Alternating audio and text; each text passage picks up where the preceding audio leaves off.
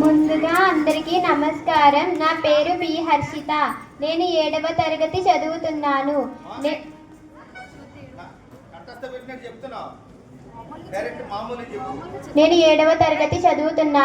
నేను ఇప్పుడు శ్రీనివాసుని కళ్యాణంలో కొంత భాగాన్ని హరికథ ద్వారా వివరించబోతున్నాను.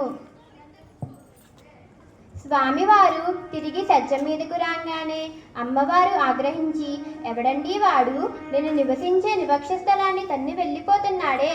నా భర్త వక్షస్థలాన్ని తన్నిన ఆ బ్రాహ్మణునికి లక్ష్మీ కటాక్షం శూన్యం అని శపించింది. విష్ణుమూర్తి చింతాక్రాంతుడై, లక్ష్మి, ఏమిటా ఆగ్రహం? దైవం మంత్రాధీనం, మంత్రం బ్రాహ్మణాధీనం, బ్రాహ్మణ దేవత అన్నారు కదా.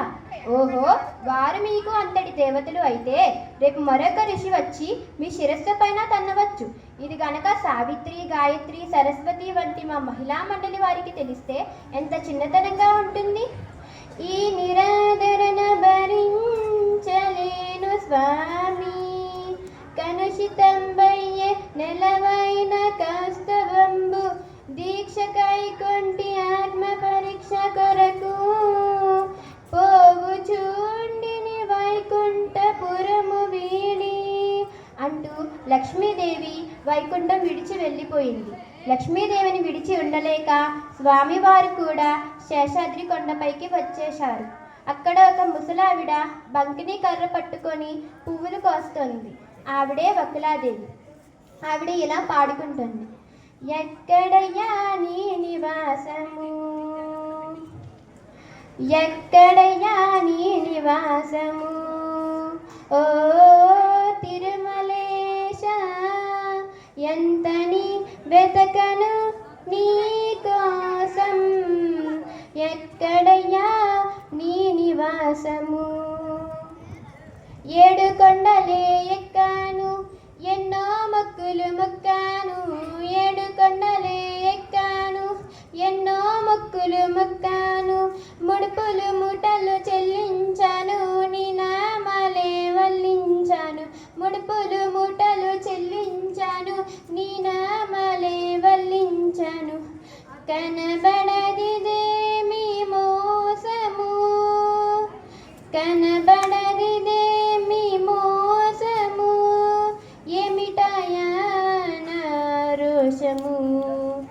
హరే రామ్ హరే కృష్ణ గోవింద, హరే రామ్ హరే కృష్ణ గోవింద, ఎక్కడయ్యా నీ నివాసము, ఓ తిరుమలేశ, ఎంతని వెతకను నీ కోసం, ఎక్కడయ్యా నీ నివాసము.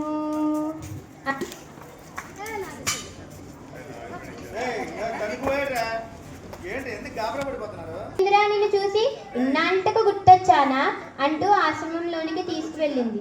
మర్నాడు కనుమ పండుగ రోజు శ్రీనివాసునికి వేటకు వెళ్ళాలనిపించింది. ఒక మదప్పటి ఏనుగును తరుముతూ నారాయణవనం చేరారు. అక్కడ పద్మావతీదేవి తన చెలికత్తెలతో దాగుడు మూతలు ఆడుతుంది. దాగుడు మూతలు దండాకో పిల్లి వచ్చే ఎలుక భద్రం, ఎక్కడ దంగాలక్కడే గప్చుప్ గప్చుప్ గప్చుప్ గప్చుప్, దాగుడు మూతలు దండాకో పిల్లి వచ్చే ఎలుక భద్రం, ఎక్కడ దంగాలక్కడే గప్చుప్ గప్చుప్ గప్చుప్ గప్చుప్, ఎక్కడే ఇక్కడా, ఎక్కడే ఇక్కడా, ఇక్కడే ఎక్కడా, అబ్బాయి ఎక్కడే, అబ్బాయి ఇక్కడ అంటూ ఆడుకుంటున్నారన్నమాట వాళ్ళు.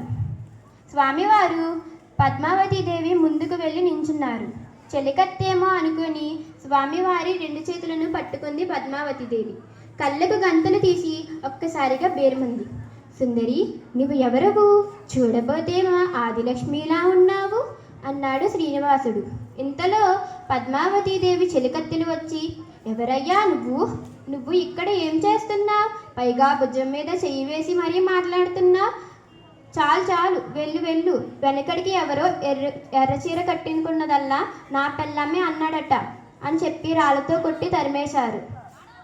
స్వామివారు తిరిగి ఆశ్రమం చేరి వకులమాలికతో, అమ్మ, ఆకాశరాజు కుమార్తె అయిన పద్మావతీదేవికి నేను మనసిచ్చాను, వెళ్ళి పెళ్లి ప్రయత్నం చేసిరా, అని చెప్పగా వకులమాలిక తన మనసులో తను ఇలా అనుకుంటుంది, కార్యమా అసాధ్యమైనది, దైవమా రక్షించు, నరుడైనప్పుడు ఆ శ్రీహరికి కూడా ఈ అంతరాలు తప్పవేమో.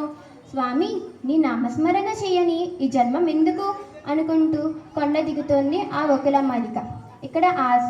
ఇక్కడ అంతఃపురంలో ఉన్న పద్మావతీదేవికి స్వామివారే గుర్తొస్తున్నారు. ఆకలి లేదు, నిద్ర లేదు, దాహం లేదు, మనోవ్యాధి ఏ మందుకి లొంగట్లేదు.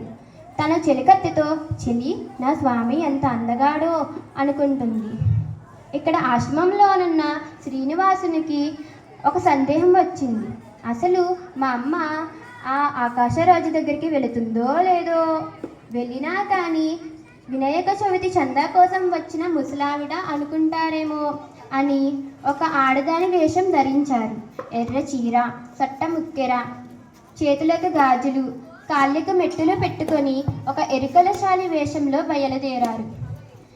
ఎవడే ఎన్ని ఎల్లో ఏడేటి లోకాలు ఏలేటి దేవుడు, ఎవ్వడే ఎన్ని ఎల్లో 7 కొండల పైన వెలుగానున్న దేవుడెవ్వడే, ఎన్ని ఎల్లో ఏడేటి లోకాలు ఏలేటి దేవుడు, ఎవ్వడే ఎన్ని ఎల్లో పద్మమ్మ మెడలో తాళి కడతాడే, ఆకాశరాజుకి అల్లుడవుతాడే, 7 కొండల పైన వెలుగానున్న దేవుడెవ్వడే, ఎన్ని ఎల్లో ఏడేటి లోకాలు ఏలేటి దేవుడు, ఎవ్వడే ఎన్ని ఎల్లో ఎన్ని ఎల్లో ఎన్ని ఎల్లో ఎన్ని ఎల్లో ఎన్ని ఎల్లో సోదోయమ్మ సోది సోదోయమ్మ సోది సోది చెబుతానమ్మ సోది సోది చెబుతానమ్మ సోది సోదోయమ్మ సోది సోదోయమ్మ సోది అంటూ కేకలు వేస్తూ వెళ్తుంది ఆ సోదమ్మి. ఆకాశరాజు భార్య అయిన ధరణీదేవి ఆ సోదమ్మిని పిలిపించింది. ఏం సోదమ్మి, నువ్వు సోది బాగా చెబుతావా అంది ధరణీదేవి. ఓ అవ్వా చక్కగా చెబుతా అంది ఆ సోదమ్మి. అసలు పద్మావతీదేవికి ఇన్ని రోజులుగా ఒంట్లో ఎందుకు బాగాలేదో తెలుసుకోవాలని ఈ ధరణీదేవి ఉద్దేశం. 7 మాలికలు వియ్యాలా, 7 ఆకులెట్టాలా, 7 అక్కలెట్టాలా అంది సోదమ్మి.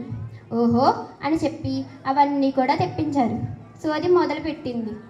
ఓ అబ్బా నీకు బంగారం లాంటి బిడ్డున్నది, అది నీకు పుట్టనే లేదు, మట్టిలో దొరికినది, మాణిక్యమై పెరుగుతున్నది అంది సోదమ్మి. నీ పిలిపించవే నీ కూతుర్ని అని చెప్పగా ధరణీదేవి ఎవరెక్కడ, పద్మావతీదేవిని తీసుకొని రండి అని ఆజ్ఞ వేసింది. అక్కడ ఉన్న రాజభటులు పద్మావతీదేవిని తీసుకుని వచ్చారు. సరే ఇప్పుడు మా కూతురు వచ్చింది కదా, ఇప్పటికైనా చెప్పు అని ధరణీదేవి ఎంతో అడిగింది, ఎంతో విసిగిపోయింది. మళ్ళీ సోదమ్మి 7 మాలికలు వెయ్యాలా, 7 ఆకులెట్టాలా, 7 అక్కలెట్టాలా అంది. ఏంటి ఇప్పుడే కదా తెప్పించింది, మళ్ళీ తెప్పించాలా అని చెప్పింది. అప్పుడు సోదమ్మి తల్లి సోది తల్లిదే, పిల్ల సోది పిల్లదే, తల్లి సోది తల్లిదే, పిల్ల సోది పిల్లదే, తల్లి సోది తల్లిదే, పిల్ల సోది పిల్లదే అని అంది. సరే అని చెప్పి అవన్నీ కూడా తెప్పించారు. సరే ఇప్పుడైనా చెప్పు అంటే సోదమ్మి పద్మావతీదేవి చేతులను తన చేతుల్లోకి తీసుకొని ముందుకు లాక్కుంటూ సోది చెప్పడం మొదలుపెట్టింది. నల్లా నల్లని వాడే నామాలున్నవాడే, నల్లా నల్లని వాడే నామాలున్నవాడే, శంకు చక్రములు గలవాడే గజమనమాల గలవాడే, శంకు చక్రములు గలవాడే గజమనమాల గలవాడే, 7 లోకాలు ఏలేటి వాడే, 7 లోకాలు ఏలేటి వాడే, 7 కొండల పైన వేంచేసి ఉన్నాడు, అరే 7 కొండల పైన వేంచేసి ఉన్నాడు. ఓ బెట్ట, ఆ కొండ మీద ఉన్న వెంకటేశ్వర స్వామి నీకు మొగుడు కావాలని నువ్వు కూడా కోరుకోవే అని చెప్పి అంతర్ధానమైంది ఆ సోదమ్మి. ఆ రోజు సాయంత్రం వకులమాలిక వచ్చి శ్రీనివాసుని గురించి చెప్పింది. వకులమాలిక చెప్పింది ఆ సోదమ్మి చెప్పింది ఒకటే కావడంతో వైశాఖ శుద్ధ దశమి సోమవారం రాత్రి 13 గంటలకి పద్మావతి శ్రీనివాసుల కళ్యాణం నిశ్చయమైంది. ఆ పెళ్ళికి దేవతలు అప్సరసలు అందరూ కూడాను పుష్పక విమానాల మీద వస్తున్నారు. ఇంకా పెళ్లి అంగరంగ వైభవంగా జరిగింది. గంధర్వులు ఎలా గానాలు చేస్తున్నారయ్యా అంటే, ఆడరో పాడరో అప్సరో గణము, ఆడరో పాడరో అప్సరో గణము, ఆడరో పాడరో అప్సరో గణము, కమలారమనుని కళ్యాణమునకు తమినది గరుడా ధ్వజని సగే, కమలారమనుని కళ్యాణమునకు తమినది గరుడా ధ్వజన సగే, తెమలు జుమ్రోసెను దివ్య దుందువులు గమనించరు గివి గల దేవతలు, తెమలు జుమ్రోసెను దివ్య దుందువులు గమనించరు గివి గల దేవతలు, ఆడరో పాడరో అప్సరో గణము, ఆడరో పాడరో అప్సరో గణము, అప్సరో గణము, అప్సరో గణము. ఈ కథ విన్నవారందరికీ ఆ వెంకటేశ్వర స్వామి దివ్యానుగ్రహం కలగాలని ప్రార్థిస్తున్నాను. ఓం సుఖినో భవంతు సర్వే జన సుఖినో భవంతు. ఓం శాంతి శాంతి శాంతి. నాకు ఈ అవకాశం కల్పించినటువంటి ప్రధానోపాధ్యాయులకు మరియు ఉపాధ్యాయులు అందరికీ ధన్యవాదములు.